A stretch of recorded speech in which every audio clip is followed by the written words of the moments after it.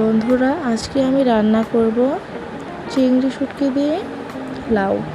সেটা প্রথমে একটু কড়াই নিয়ে নিয়েছি, তারপরে দিয়ে দিয়েছি পরিমাণ মতো তেল। এরপরে দিয়ে দিচ্ছি আগে থেকে কুচি করা পেঁয়াজগুলো। এরপরে দিয়ে দিচ্ছি আদা বাটা। এখন আমি আদা বাটা আর পেঁয়াজগুলো ভালো করে ভেজে নেব।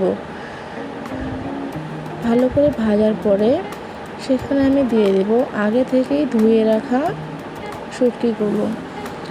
আবারও ভালোভাবে ভেজে নিতে হবে, যেটা শুটকি গন্ধটা চলে যায়। একটুখানি ভাজার পরে দিয়ে দিতে হবে পরিমাণ মতো লবণ দিয়ে একটু নেড়ে চেড়ে নেব। এরপরে দিব হলুদ গুঁড়া দিয়ে নেড়ে চেড়ে ভেজে নিতে হবে। এরপরে দিয়ে দিতে হবে মরিচ গুঁড়া দিয়ে এরপরে দিয়ে দেব আগে থেকে ধুয়ে রাখা লাউগুলো।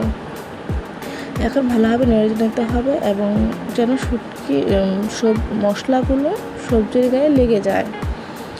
নাড়াচাড়ার পরে দিয়ে দিতে হবে একটুখানি পানি, যেন সিদ্ধ হয়, কারণ লাউ থেকে অনেক পানি উঠবে। এরপর আমি ঢাকনা দিয়ে ঢেকে রেখে দেবো। প্রায় 20 মিনিট পরে আমি ঢাকনাটা উঠিয়ে দেখবো সিদ্ধ হয়ে গেছে কিনা এবং পানি শুকিয়ে গেছে কিনা। দেখেন দেখে মনে হচ্ছে সিদ্ধ হয়ে গেছে এবং পানি অনেকটা শুকিয়ে গেছে। একটু ভালো থাকতে আমি উঠে নিচ্ছি, কারণ আমি এটা লং টাইম ধরে ভেজে নেব। এভাবে অনবরত নাড়তে হবে, ভাজতে হবে। আর মনে রাখবেন, যত ভাজবেন তরকারি তত স্বাদ আসবে। এবং ভাজতে ভাজতে যখন পানি টোটালি শুকিয়ে যাবে তখন দিয়ে দিতে হবে আবারও পানি, কিন্তু সেই পর্যন্ত অপেক্ষা করতে হবে।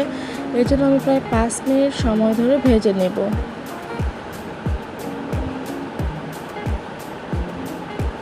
দেখেন বন্ধুরা, আমি কিভাবে ভেজে নিচ্ছি, ঠিক আপনারাও এভাবেই ভেজে নেবেন, যেন তরকারিটা অনেক স্বাদ হয়।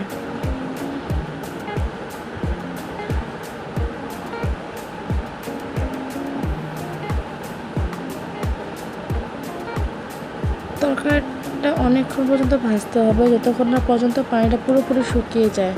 যখন পানিটা শুকিয়ে যাবে পুরোপুরি, তখন আমাকে দিয়ে দিতে হবে আবারও পানি, মানে ঝোল দিয়ে দিতে হবে। ঝোল দিয়ে তরকারিটা একটু নাড়াচাড়া দিয়ে আবারও ঢাকনা দিয়ে ঢেকে দেব। এবং ঢাকনা দিয়ে ঢাকার পরে প্রায় 15 মিনিটের মধ্যে আমি জাল দেব। জাল দেওয়ার পরে আমি 15 মিনিট পরে ঢাকনাটা উঠিয়ে নেব। দেখেন বন্ধুরা, এটা আমার